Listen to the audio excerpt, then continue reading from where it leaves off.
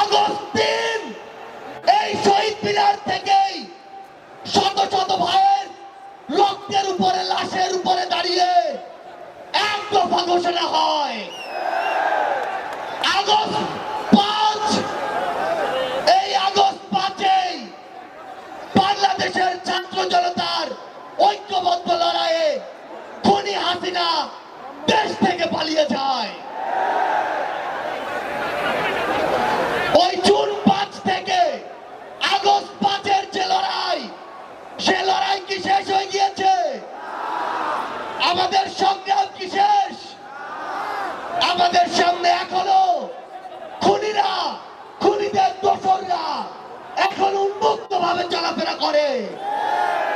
যারা আমাদের ভাইদের হত্যা করেছে, ওই ছাত্রলীগ, যুবলীগ, আওয়ামী লীগের সন্ত্রাসীরা, তারা এখনো বিভিন্ন দিক থেকে আমাদেরকে দেখে আর মুচকি হাসে। এই খুনিদের বিচার হতে হবে কিনা?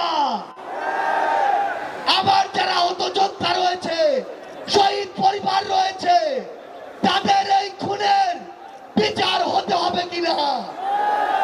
আমরা অবিলম্বে অন্তর্বর্তীকালীন সরকারকে একটি আহ্বান জানাতে চাই। আমরা যদি আমাদের এই শহীদ ভাইদের রক্তের বিচার না করতে পারি, আমরা কখনো নিজেদেরকে মাফ করতে পারবো না।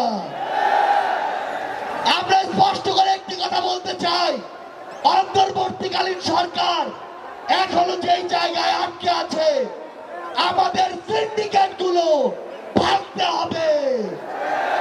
এখনো কেন আমরা শুনবো এক হাত থেকে আরেক হাতে সিন্ডিকেট দিয়েছে? তাহলে আপনারা আপনাদের জায়গা থেকে কি অ্যাকশন নিচ্ছেন? এক হাত থেকে যদি আরেক হাতে সিন্ডিকেট যায়, তাহলে সেই হাত আপনারা ভেঙে দিচ্ছেন না কেন? আমরা অন্তর্বর্তীকালীন সরকারকে আরেকটি স্পষ্ট আহ্বান জানাতে চাই। সেটি হচ্ছে, আমাদের এই বাংলাদেশ সকল দেশের সাথে বন্ধুত্বপূর্ণ পররাষ্ট্র নীতিতে যাবে, কিন্তু সেই বন্ধুত্বপূর্ণ পররাষ্ট্র নীতির সুযোগে কেউ যদি মাথায় উঠে বসে, আমরা তাকে মাথা থেকে মাটিতে ফেলে দিতে বিন্দু মাত্র দ্বিধা করবো না। আমরা স্পষ্ট করে একটি কথা বলতে চাই, যেই খুনিরা এই দেশের বাইরে, এই দেশের মানুষের ঘামের হাজার হাজার কোটি টাকা পাচার করেছে, সেই টাকা ফিরিয়ে আনতে হবে। আমরা স্পষ্ট করে বলতে চাই, ওই গোপালগঞ্জে যেই খুনির দোসররা এখনো ঘাপটি মেরে আছে, তাদেরকে আইনের আওতায় বিচার করতে হবে।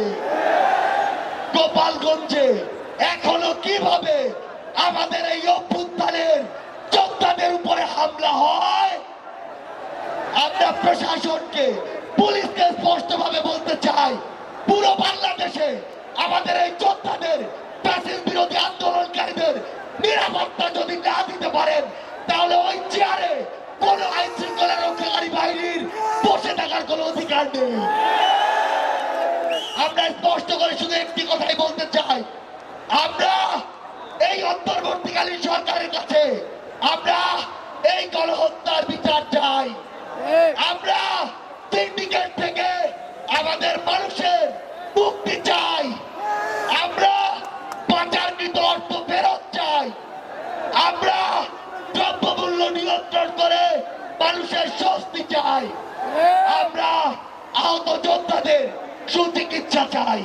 পরিশেষে শুধু একটি কথাই বলবো, যে শব্দ নিয়ে এত মানুষ রক্ত দিয়েছে, এত মানুষ জীবন দিয়েছে, যে কেউ সেই সচিবালয়ে বসে হোক, পুলিশে বসে হোক, অন্য কোথাও বসে হোক, যদি সেই শব্দের সাথে, স্পিরিটের সাথে বিন্দু মাত্র বিশ্বাসঘাতকতা করার চেষ্টা করে, তাকে সমূলে উৎপাদিত করতে হবে।